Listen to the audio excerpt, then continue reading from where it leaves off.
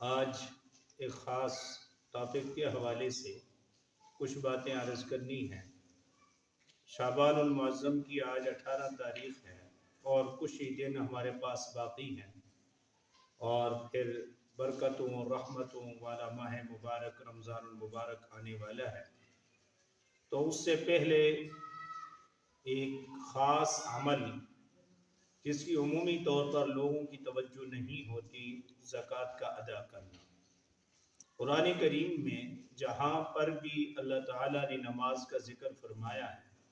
ساتھ ہی زکوٰۃ کی ادائیگی کا اہل ایمان کو حکم دیا، اور اس کی اہمیت اسی طرح ہے جس طرح نماز پڑھنا فرض ہے، اسی طرح زکوٰۃ کا ادا کرنا یہ بھی ایمان والے کے اوپر ضروری ہے۔ دین اسلام کی عمارت 5 چیزوں کے اوپر قائم ہے۔ بنی الاسلام علی 5، کہ اسلام کی بنیاد 5 چیزوں پر ہے۔ سب سے پہلے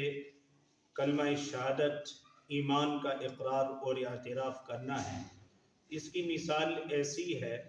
جیسے کہ ایک خیمہ لگایا جائے اور درمیان میں جو پیلر اور جو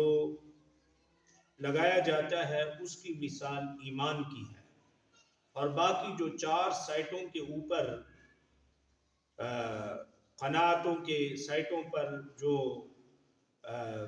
خیمے لگائے جاتے ہیں اور جو ان کو سہارا دینے کے لیے، تمبو کو سہارا دینے کے لیے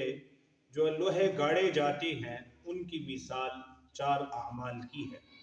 اور ان 4 اعمال میں سے ایک عمل زکوٰۃ کا ادا کرنا ہے۔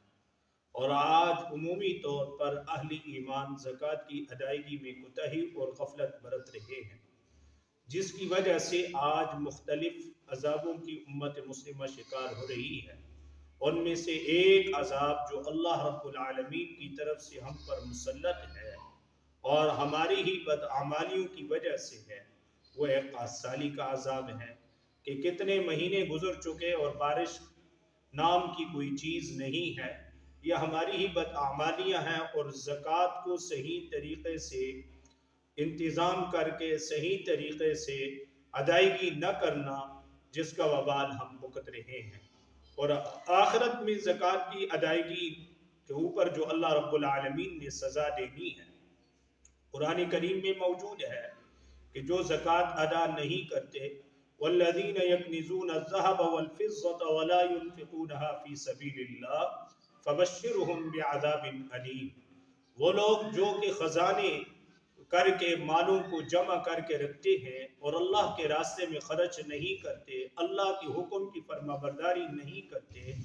ایسے لوگوں کے لیے اللہ رب العالمین نے فبشرهم بعذاب علیم کہ ان کے لیے دردناک عذاب ہے، اور ساتھ ہی سزا اسی آیت مبارکہ کے بعد ارشاد فرمائی، یوم یحمى علیہا فی نار جہنم فتکوی بہا جباہہم وجنوبہم وظہورہم ھذا ما کنزتم، کہ اللہ رب العالمین قیامت کے دن اس مال کو گرم کر کے ان کی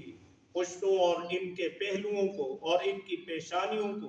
داغا جائے گا اور کہا جائے گا یہ تمہارا خزانہ ہے جس کو تم نے دنیا میں جمع کر کے رکھا، اور اللہ رب العالمین کا حکم جو زکوٰۃ کی ادائیگی کی صورت میں تھا اس کو پورا نہیں کیا، تو آج اس کا مزہ چکھو۔ تو حضرات محترم، اسی طرح ایک اژدہا سام کی شکل میں